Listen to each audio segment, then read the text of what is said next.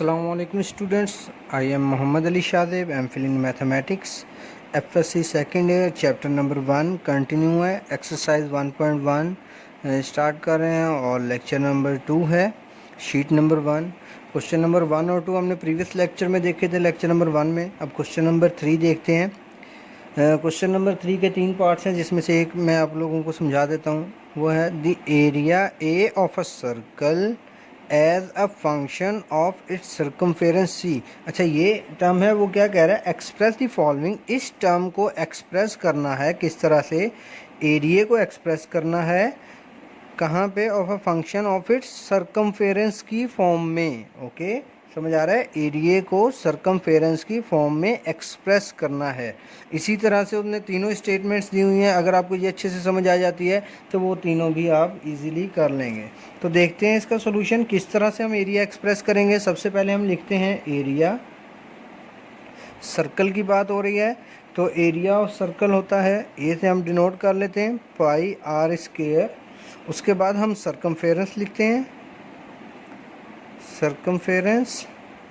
Circumference को capital C से denote करते हैं जो 2 पाई आर होता है।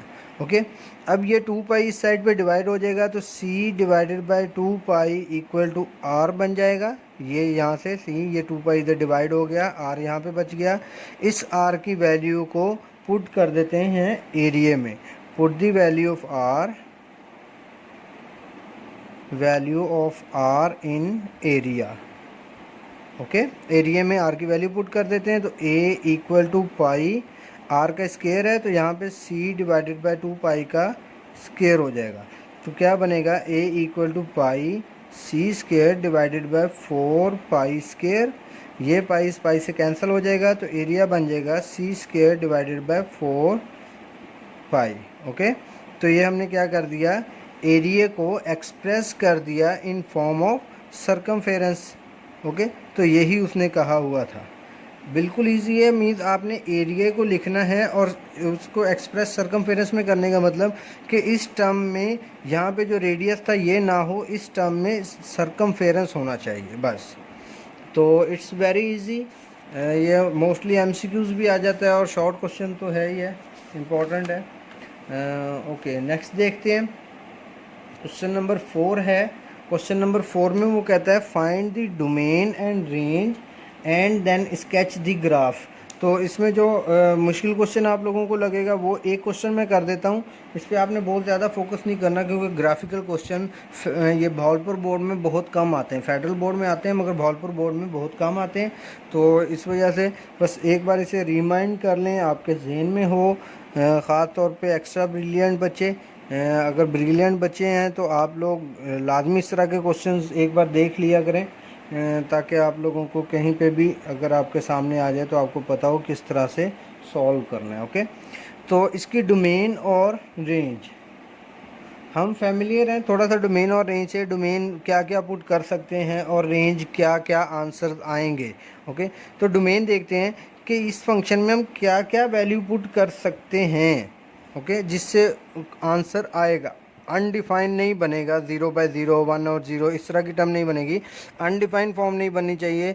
जहाँ जहाँ इसका आंसर आएगा वो सारे उसकी डोमेन होंगे, जहाँ जहाँ वैल्यू पुट करके आंसर ले सकते हैं।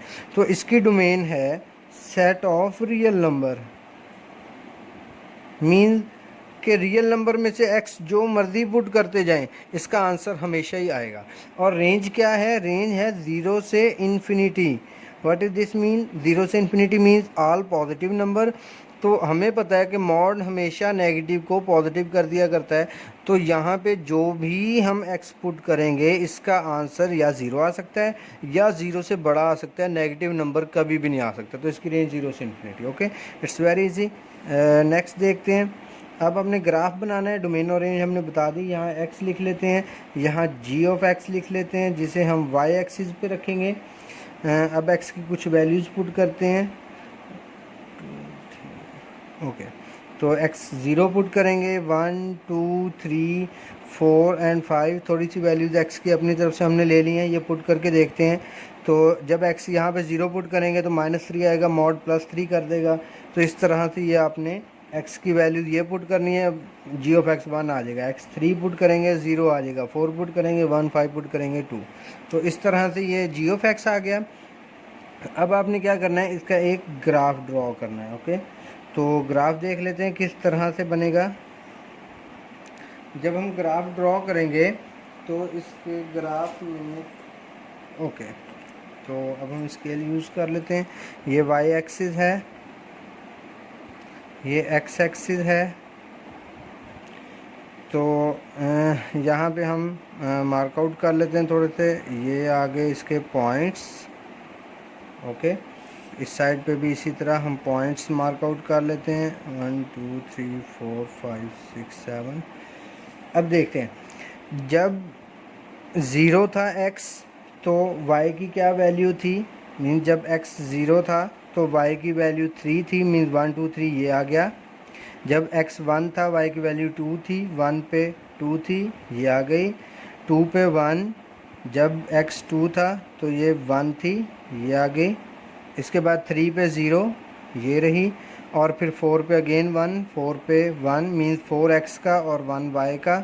इसी तरह 5 पे 2, तो 5 पे 2। तो अगर आप इसका ग्राफ ड्रॉ करें तो कुछ इस तरह से ये पॉइंट्स आपस में कनेक्ट हो रहे हैं, और यहाँ पे इस तरह से ये पॉइंट आपस में कनेक्ट हो रहे हैं। ओके, तो आप ये देख सकते हैं कि इसमें नेगेटिव साइड पे नहीं जा रहा एक्स के कोई भी पॉइंट। तो ये हमारा ग्राफ आ गया। बाकी इन पॉइंट्स के आप नेम्स दे देंगे। तो इस तरह से आपने ग्राफ ड्रॉ करना है। 11.2 में भी अगर आपने वो पढ़ी है तो वहाँ पे भी हमने ग्राफिकल क्वेश्चन इसी तरह से किए हैं फर्स्ट ईयर की 11.2 में। ओके, तो नेक्स्ट देखते हैं। नेक्स्ट हमारा क्वेश्चन है क्वेश्चन नंबर 5। क्वेश्चन नंबर 5 है।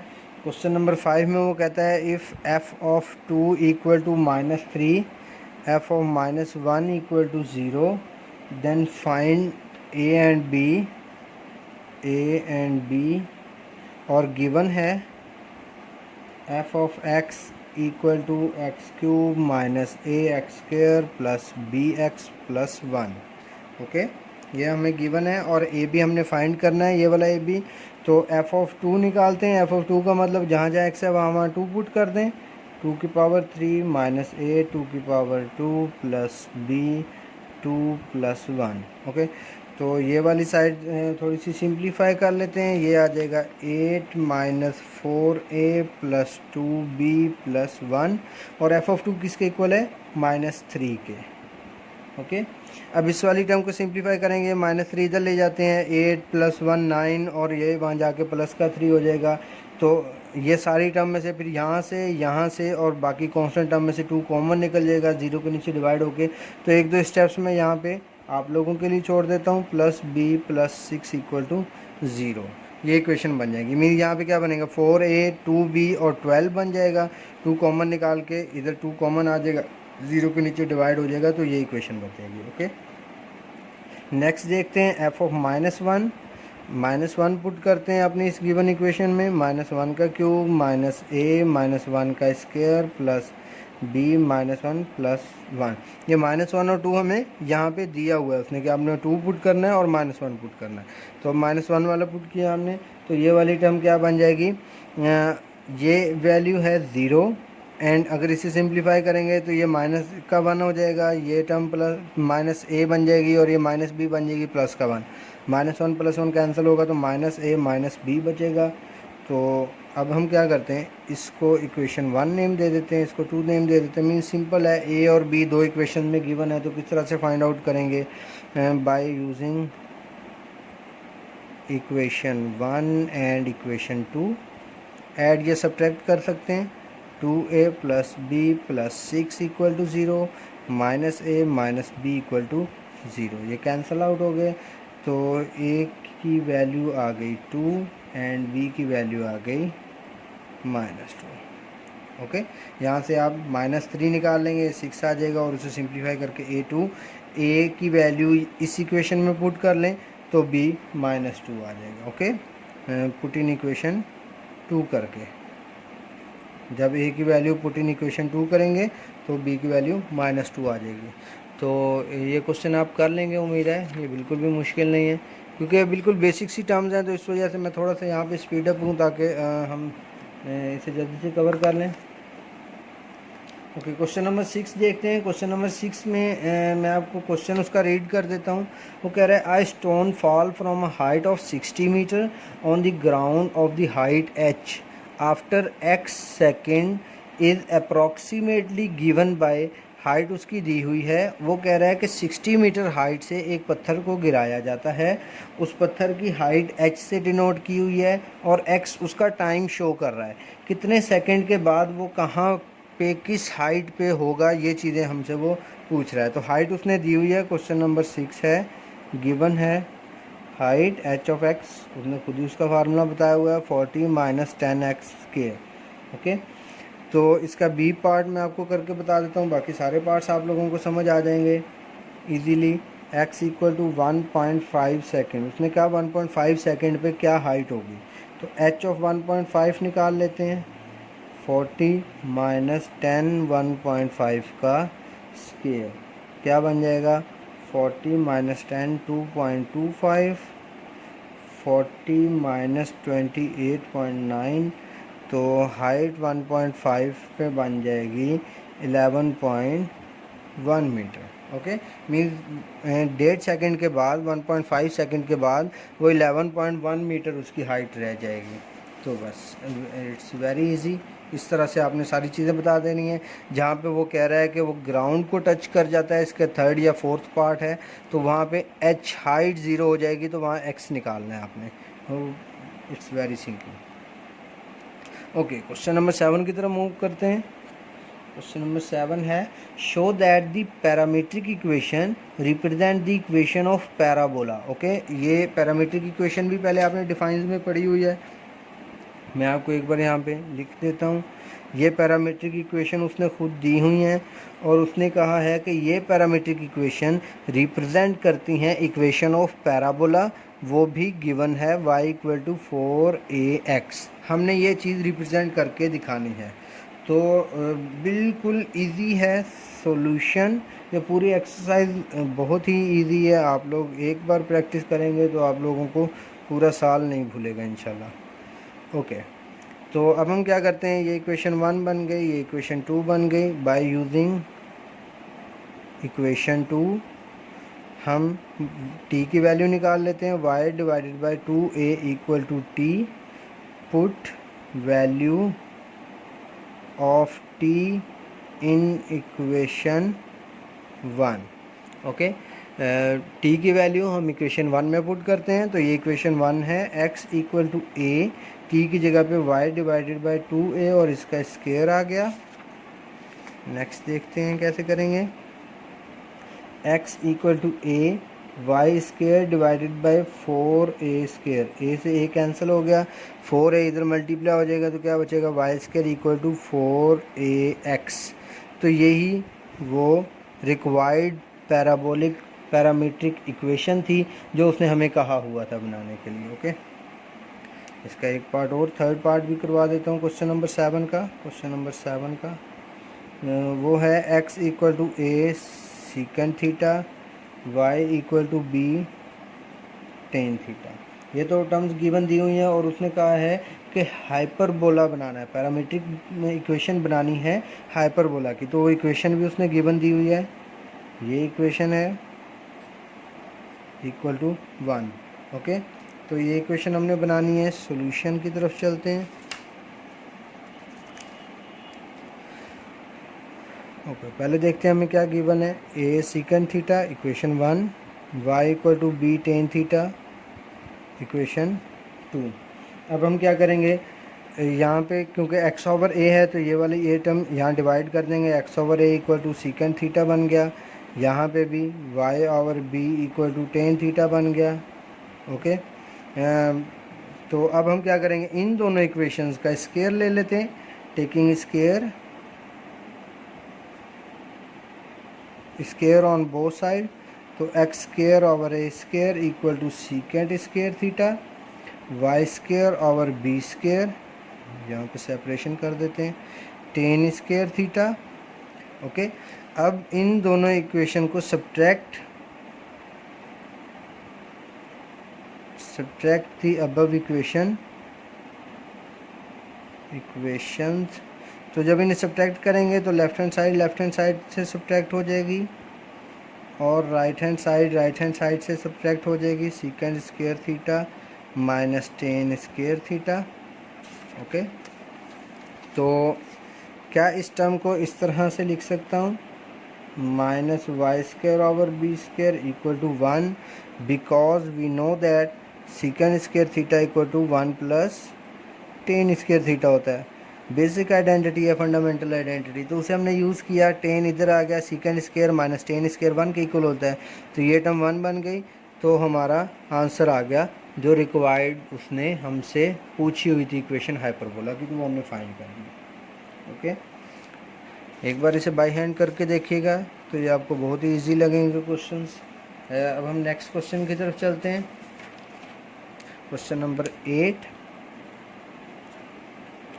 क्वेश्चन नंबर 8 में सिंपल क्वेश्चन है, प्रूव दी आइडेंटिटीज़। तो इस क्वेश्चन से पहले मैं थोड़ा सा आप लोगों को रिमाइंड करवाना चाहता हूँ।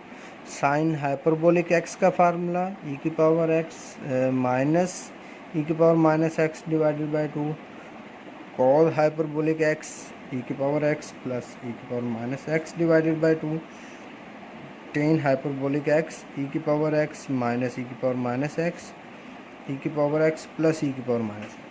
ओके, ये टर्म अब देखते हैं। 8.3 क्वेश्चन करते हैं, ये फार्मूलाज आप लोग रिमाइंड कर लीजिएगा। तो क्वेश्चन है, cosecant hyperbola square x equal to cot square x minus 1। Okay, cot hyperbola square x. Solution, left hand side लेते हैं। लेफ्ट हैंड साइड है cot hyperbolic square x minus 1।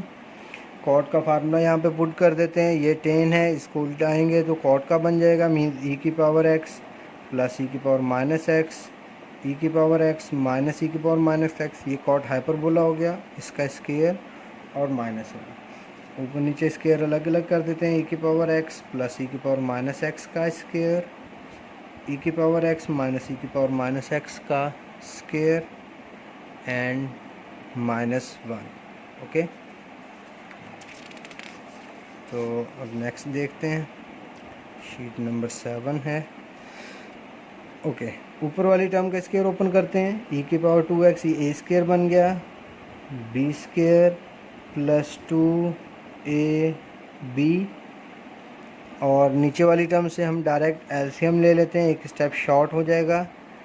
तो ई की पावर एक्स माइनस ई की power minus x, ये term यहाँ multiply हो जाएगी, और ई की पावर एक्स माइनस ई की पावर माइनस एक्स का स्क्वायर। इस वाली टर्म का एलसीएम लिया तो ये यहाँ मल्टीप्लाई होगी, ये रही, और नीचे वैसे ही रही। इस वाली टर्म का स्क्वायर ओपन कर दिया। ओके, तो अब देखते हैं, ये बनेगा ई की पावर 2x वैसे ही रहेगा, प्लस ई की पावर माइनस 2x प्लस 2। ये वाली टर्म क्या बनेगी, ई की power x minus x. Base same हो तो पावर ऐड हो जाती है, तो पावर ऐड हो गई, माइनस इसका फार्मूला भी ओपन कर देते हैं। ए स्क्वायर प्लस बी स्क्वायर, यहाँ पे 2 भी आएगा, और माइनस 2ab। इसी तरह डिवाइड वाली टर्म इसी तरह रहने देते हैं, इसका फार्मूला ओपन करने की अभी ज़रूरत नहीं है। ओके, ऊपर वाली टर्म ई की पावर 2x प्लस ई की पावर माइनस 2x प्लस 2, ई की पावर x माइनस एक्स 0 बन जाएगा। ई की पावर 0 1 होता है, तो यहाँ पे 1 लिखने की ज़रूरत नहीं, 2 ही रहेगा, माइनस। ओके, तो इस नेक्स्ट वाली टर्म का माइनस, ये माइनस अंदर मल्टीप्लाई कर देते हैं, तो ये कुछ ऐसे बन जाएगा, माइनस ई की पावर 2x माइनस ई की पावर माइनस 2x, और ये माइनस माइनस प्लस हो जाएगा 2। ये वाली टर्म बिल्कुल सिमिलर यही वाली टर्म है, तो ये एंड में क्या बनती है, 1, मीन ई की पावर एक्स ई की पावर माइनस एक्स 1 होता है, तो वो यहाँ पे लिखने की ज़रूरत नहीं है। और ई की पावर एक्स माइनस ई की पावर माइनस एक्स का स्क्वायर।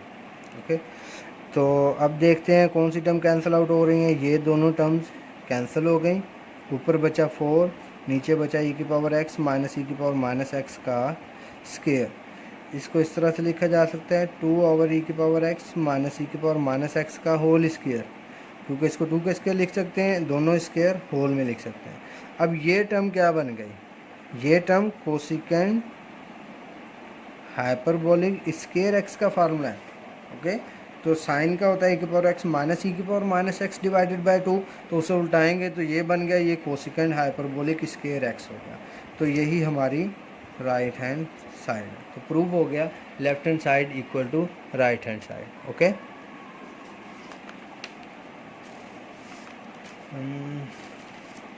ओके, तो नेक्स्ट देखते हैं। नेक्स्ट क्वेश्चन है क्वेश्चन नंबर 9 है, शीट नंबर 8 है। क्वेश्चन नंबर 9 में कहता है determine whether the function is odd और इवन। हमने बताना है कि फंक्शन ऑड है या इवन। तो मैं थोड़ा सा रिमाइंड करवा देता हूँ कि इवन फंक्शन वो होता है जिसमें माइनस एक्स पुट करें और माइनस ख़त्म हो जाए, एफ ऑफ एक्स दोबारा आ जाए। ऑड फंक्शन वो होता है जिसमें माइनस एक्स पुट करें और माइनस बाहर अपीयर हो जाए और फंक्शन वैसे ही बच जाए। अगर ये नॉट इक्वल आ जाता है फंक्शन, तो फिर वो नॉर इवन नॉर ऑड हो जाएगा। ओके, ये केस भी हो सकता है कि ना इवन हो फंक्शन ना ऑड हो। तो 9.3 क्वेश्चन देखते हैं। फंक्शन है x x square plus 5 square root, replace x by minus x. तो f ऑफ माइनस एक्स करते हैं पुट, यहाँ पे भी माइनस एक्स आ जाएगा और इस x की जगह पे भी माइनस एक्स का स्केयर प्लस 5। तो क्या टर्म बनेगी, बाहर वाला माइनस वैसे ही, ये x स्केयर की वजह से माइनस ख़त्म हो जाएगा, एक्स स्केयर प्लस 5। तो ये माइनस वैसे ही, ये पूरी टर्म दोबारा फंक्शन बन गया f ऑफ माइनस एक्स। तो यहाँ से हमें क्लियरली नज़र आ रहा है कि f of x is odd function. Okay, F of x क्या है, ऑड फंक्शन है, क्योंकि माइनस बाहर अपीयर हो रहा है। ओके, तो एक छोटी सी एग्जांपल और करके देख लेते हैं। लेक्चर नंबर 2 है, शीट नंबर 9 है। 9.5 क्वेश्चन करके देखते हैं। हो सकता है यहाँ पे आपको थोड़ा सा डाउट हो क्वेश्चन में, इस वजह से ये एक तो मैं आपको करवा देता हूँ। 2/3 प्लस 6 हमने क्या करना है, रिप्लेस करना है एक्स बाय माइनस एक्स, वो आप आर्गूमेंट लिख लेंगे। तो ये माइनस एक्स, यहाँ पे माइनस एक्स, इसकी पावर 2 अलग कर लेते हैं और 1/3 अलग कर लेते हैं। ओके, माइनस एक्स पुट कर लिया, 2 और 1/3, ये अगेन 2/3 ही बनेगा। इस स्क्वायर की वजह से नेगेटिव ख़त्म हो गया, तो ये x की पावर 2/3 प्लस 6 अगेन वैसे ही आ गया। तो f of minus x equal आया f ऑफ x के। तो f of x is even function हो गया। ओके, और एक छोटी सी term neither even neither odd वाली मैं करके दिखा देता हूँ। vi है f of x equal to x cube minus x divided by x square plus 1। Replace x by minus x करते हैं। Minus x equal to minus x का cube minus minus x divided by minus x का square plus 1। तो इस cube की वजह से ये माइनस बाहर आ जाएगा, माइनस एक्स हो गया, ये माइनस माइनस प्लस एक्स हो गया, यहाँ क्यूब भी है, और ये माइनस ख़त्म हो गया स्क्वायर की वजह से, एक्स स्क्वायर प्लस 1 बन गया। ओके, हमने सिर्फ एक्स को माइनस एक्स से रिप्लेस किया है। अब देखते हैं, यहाँ से अगर मैं माइनस कॉमन निकाल लूँ तो क्या बनेगा, x cube minus x divided by x square plus 1। ये function again minus F of x बन गया, which mean this is an odd function. Okay, यहाँ पे मैं एक छोटी सी असाइनमेंट आपको दे देता हूँ। F of x equal to x minus 1 over x plus 1। ये क्वेश्चन आपने करके देखना है, ये ना इवन है ना ऑड है, इस तरह के फंक्शन आपको आ सकते हैं। तो ये जब हम माइनस एक्स पुट करेंगे तो ये दोबारा एफ ऑफ एक्स बनेगा ही नहीं किसी भी तरह। जिस तरह यहाँ माइनस कॉमन निकाला है कोई भी सिचुएशन की, ये दोबारा फंक्शन बनेगा ही नहीं। तो यहाँ पे हम लिख देंगे नाइदर ऑड नॉर इवन, मगर यहाँ पे दोबारा फंक्शन बन गया तो इस वजह से इसे हम ऑड कहेंगे। Function F of x is odd function.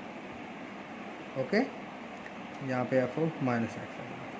Okay बच्चों, आज वाला लेक्चर थोड़ा स्पीड अप था क्योंकि काफ़ी सारे क्वेश्चन मेरे टारगेट में थे जो मैंने आप लोगों को करवाने थे। तो अगर आप इन्हें एक बार करके बाय हैंड देख लेंगे तो बिल्कुल इजी क्वेश्चन है और इजीली ये एक्सरसाइज आपकी कवर अप हो जाएगी। अपना ख्याल रखिएगा, दुआ में याद रखिएगा। अल्लाह हाफिज़।